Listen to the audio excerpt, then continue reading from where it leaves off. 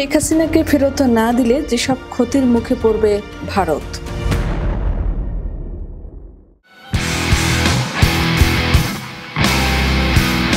ছাত্র জনতার গণ অভ্যুত্থানে ভারতে পালিয়েছেন স্বৈরাচার শেখ হাসিনা। তার বিরুদ্ধে ইতিমধ্যেই শুরু হয়েছে গণহত্যার বিচার। এমন এক ব্যক্তিকে ভারতে আশ্রয় দিয়ে দুদেশে আন্তরিক সম্পর্ক গড়ে ওঠা কার্যত অসম্ভব।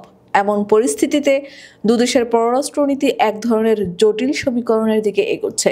যদিও ব্যাংককে বিমস্টেক সম্মেলনের সাইডলাইন বৈঠক হয়েছে ডক্টর ইউনূস ও মোদির। বৈঠক হওয়ার পর প্রকাশ্যে সম্পর্ক উন্নয়নের পথে যাচ্ছে বলে মনে করা হলেও বাস্তবে টানাপোড়েন থেকেই যাচ্ছে। এর আগে বাংলাদেশ শেখ হাসিনাকে ফেরত চেয়ে চিঠি দিলেও তার জবাব দেয়নি ভারত। উল্টো জনগণের আন্দোলনের মুখে পালিয়ে যাওয়া স্বৈরশাসককে প্রশ্রয় দিচ্ছে ভারত। বিশ্লেষকরা বলছেন, শেখ হাসিনাকে ফেরত না দিলে তা দুদেশের সম্পর্কে প্রতিবন্ধকতা তৈরি করবে। বিশেষ করে শেখ হাসিনা ভারতে বসে নানাভাবে যে ধরনের উত্তেজনা সৃষ্টি করছেন সেটা বন্ধ না হলে এটা করলে প্রতিবন্ধকতা বাড়বে। বিশ্লেষকদের অভিমত, ভারতের জন্য একটা বড় দুশ্চিন্তার ব্যাপার হলো শিলিগুড়ি করিডোর বা চিকেন নেক এলাকা। বাংলাদেশের মধ্য দিয়ে পূর্বাঞ্চলীয় রাজ্যগুলোর সঙ্গে একটা বিকল্প যোগাযোগ ব্যবস্থা চালু রাখাও ভারত জরুরি মনে করে। আছে সেভেন সিস্টার্স নিরাপত্তা ইস্যুও। ফলে ভারত চায় না এগুলো নিয়ে বাংলাদেশের সঙ্গে আলাপ আলোচনা বন্ধ থাকুক।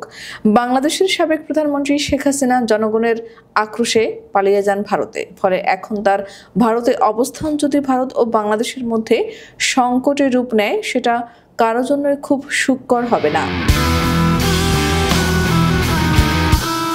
ঢাকা বিশ্ববিদ্যালয়ের আন্তর্জাতিক সম্পর্ক বিভাগের সাবেক অধ্যাপক এম শহীদুজ্জামান বলেন, শেখ হাসিনাকে ফেরত দেওয়ার বিষয়টা ভারত প্রত্যর্পণ আইন দিয়ে করবে।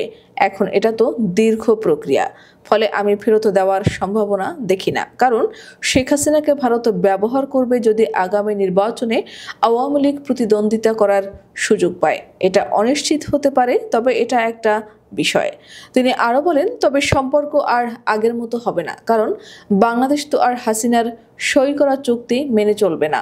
অন্যান্য ক্ষেত্রেও ভারতকে একতরফা সুযোগ দেবে না। আবার ভারতও চাইবে বাংলাদেশকে চাপের মধ্যে রাখতে। ফলে বাংলাদেশের চীন, মার্কিন যুক্তরাষ্ট্র, পাকিস্তান সহ অন্যান্য দেশের সঙ্গে বাণিজ্য সম্পর্ক বাড়ানো উচিত হবে বলেও মনে করেন তিনি। আন্তর্জাতিক সম্পর্ক বিশ্লেষক, নর্থ সাউথ ইউনিভার্সিটির সেন্টার ফর পিস স্টাডিজের পরিচালক professor doctor M Jashim Uddin বলেন, আমি মনে করি ইউনূস মোদি বৈঠকটি খুবই গুরুত্বপূর্ণ ছিল। এর মধ্য দিয়ে ভারত সরকার আমাদের জুলাই গণ অভ্যুত্থানের মধ্য দিয়ে যে অন্তর্বর্তীকালীন সরকার গঠিত হয়েছে তাকে অফিসিয়ালি স্বীকৃতি দিয়েছে।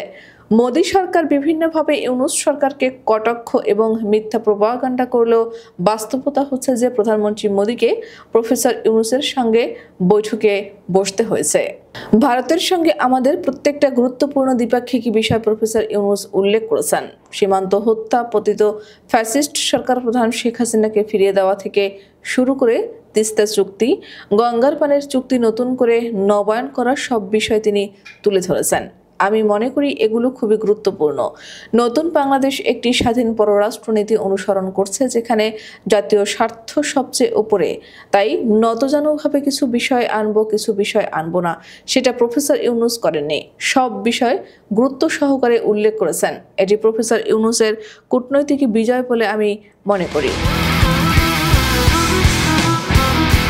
শেখ হাসিনাকে ফেরত না দেওয়া প্রতিবন্ধকতা হিসেবে কাজ করবে কিনা জানতে চাইলে তিনি বলেন, এটা ছাত্র জনতার একটা বড় দাবি। হাসিনা এখানে গণহত্যা চালিয়েছে। জাতিসংঘের মানবাধিকার সংস্থাও এটা প্রমাণ পেয়েছে বলে তাদের রিপোর্টে উল্লেখ করেছে। সেখানে গণহত্যায় অভিযুক্ত একজনকে ফেরত দেওয়ার মতো বাংলাদেশের একটা বৈধ চাওয়া ভারত সরকার কিভাবে না করে সেটা দেখার একটা বিষয় আছে। ফলে এটা কিছুটা হলেও প্রতিবন্ধকতা আনবে। বিশেষ করে প্রফেসর ইউনূস যেটা বলেছেন, শেখ হাসিনা ভারতে বসে নানাভাবে উত্তেজনা সৃষ্টি করছেন। ফলে এটা বন্ধ না করলে প্রতিবন্ধকতা বাড়বে বলে মনে করা যায়। এছাড়াও বাংলাদেশের বিরুদ্ধে সংখ্যালঘু নির্যাতনের যে প্রোপাগান্ডা ভারতীয় সরকার, বিরোধী দল এবং ভারতীয় মিডিয়া অনবরত চালিয়ে যাচ্ছে, সেটি বন্ধ করতেই হবে দুদেশের সম্পর্কের মধ্যে বরফ গলাতে চাইলে।